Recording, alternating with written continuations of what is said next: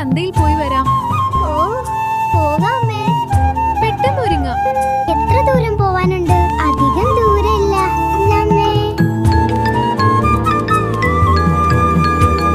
Fresh മീൻ. Fresh മീൻ.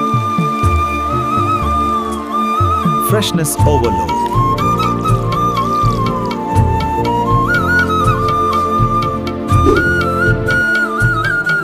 കുറച്ച് കുറക്കണം.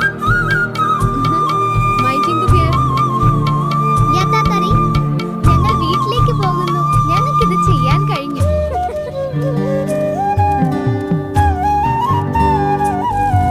ചൂടുള്ള ചുരുചുരുപ്പ്.